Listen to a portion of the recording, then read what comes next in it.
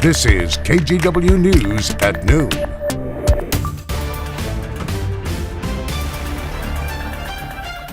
I sought the honor of being your president. But in our great country, being a private citizen is privilege enough in itself. And that's a privilege I very much look forward to enjoying. Our top story today, something people across the country are talking about. There is now one less name in the presidential race as Republican candidate Nikki Haley announced she is dropping out. Thank you for joining us on the news at noon. I'm Christine Pitawanich. Today's announcement comes after Haley lost many of yesterday's GOP primaries to former President Donald Trump. Both Trump and President Biden dominated Super Tuesday races. But as NBC's Bree Jackson found, some voters are worried about their options.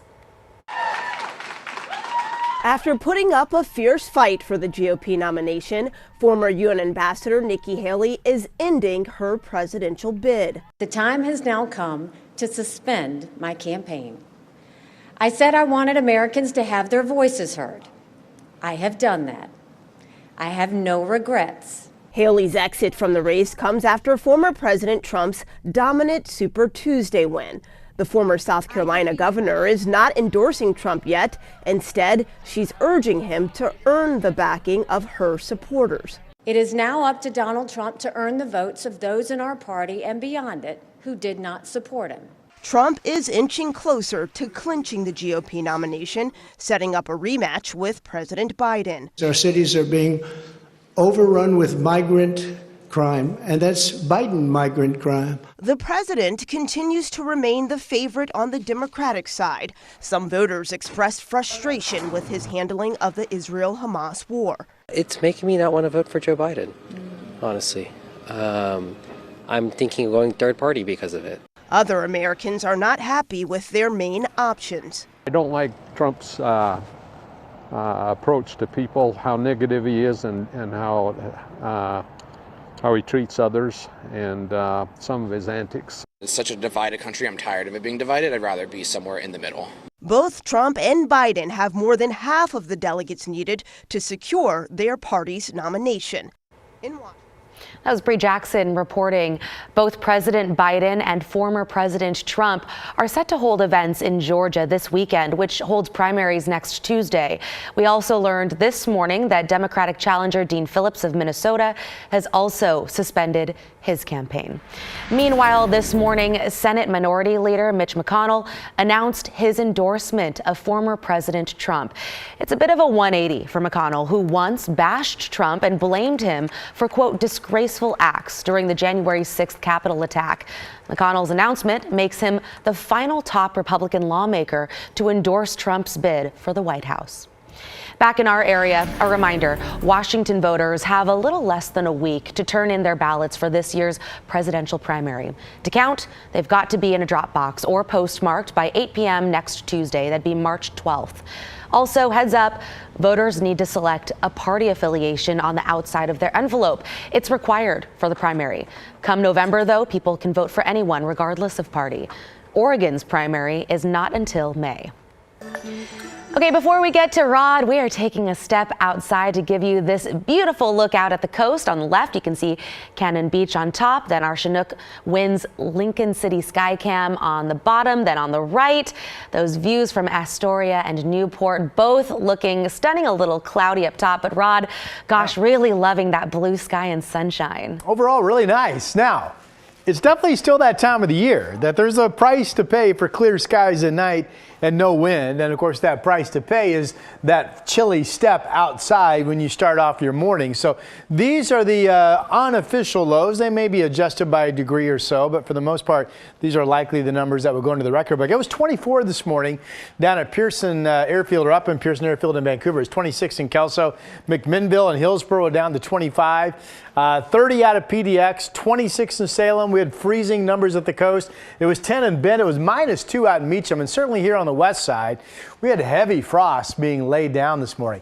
You saw the coastal cameras. They are partly cloudy to mostly clear in some spots. Here's the temperature. Winds continue to be light across our region. West to 5 right now, 46 in Cannon Beach. The Reserve Vineyards and Golf Club in Lowell was perfectly clear much of the morning. Now partly cloudy, still really nice out there. Up to 46. That's a 21-degree warm-up from where you folks were this morning. Downtown Portland, nice and sunny. The temperature is 40. We should have no problem getting to my high of 48 this afternoon. Enjoy. Your 7-day forecast, of course, is later in the show. Sounds great. Thank you, Rod. Vancouver police are hoping you can help them find this man, 32-year-old Lazaro Duran. He was last seen around 6:30 Monday night at his home on Vancouver's east side. Investigators say he had planned to walk to a nearby store, but hasn't been seen since. If you have any information on where he is, police want you to call 911. People in Canby are mourning the death of an 18-year-old high school student after a train hit him Monday night. KGW's Blair Best spoke with people who live near the tracks and say safety has been a problem for a long time in that area. Details are still somewhat limited at this point, seeing as police are still trying to figure out how this happened, but they tell us an 18-year-old was crossing the tracks here just north of South Pine Street when he was hit and killed by an oncoming freight train. Spend an afternoon in Canby and this becomes familiar. Just about everybody's used to it. It's a necessary evil. You know, it's part of our safety. Gotta have it. A safety alarm that didn't go far enough Monday night. That's when Canby police say 18-year-old Mason Warshaw was hit and killed by a freight train while walking across the tracks. Police say it happened just before 7 p.m. and it appears to be accidental. I have to wonder why he didn't hear it. What was he doing on the railroad tracks? Warshaw was a senior at Canby High School. Terrible. Because I actually graduated last year. 2 years ago, the city designated a downtown quiet zone where trains do not blow their horns. But police tell us the tracks where the student died is outside of that zone. Like, we could clearly hear the train that's coming because they horned, and everything. Sandra lives near the tracks. She watched the chaos unfold Monday night. And I came out around 9, and they were still here.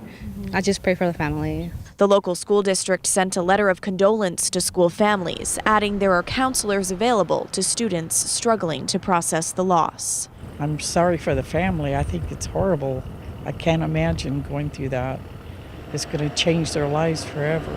We talked with several community members, and they all told us that this is not the first time someone has been hit and killed by a train here in Canby, and they've been pushing for increased safety around the tracks. In Canby, Blair Best, KGW News. Now to some other local headlines we've been keeping an eye on for you. Former Republican candidate for Oregon Governor Christine Drazan announced last night that she's running for Oregon's 51st House District. If you look at the Secretary of State's website, at this point it does not show that Drazan has officially filed the paperwork for the House seat. She needs to do that by March 12th in order to be put on the May 21st primary ballot. In the statement announcing her candidacy, she said Oregon's leaders are pushing the state into decline and she can't stay on the sidelines. And there could soon be more officers and firefighters in Gresham. That is, if voters approve a 5-year levy in the May election. Today, Gresham City Council unanimously voted to refer the levy to voters. According to the council, the levy would fund 13 new firefighter positions and 9 new police positions. That's on top of keeping 30 existing public safety jobs. The levy would cost about $1.35 per $1,000 of assessed property value.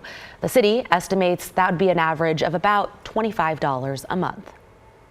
To Salem now, where a bill addressing prescription drug costs is on Governor Tina Kotek's desk. House Bill 4113 requires health insurance providers to accept coupons or other third-party payment methods and put those medication costs toward people's deductible. The bill's supporters say it'll bring down the out-of-pocket cost of medication and also ease health care-related costs. Once signed, Oregon will join 19 other states that have similar laws in place.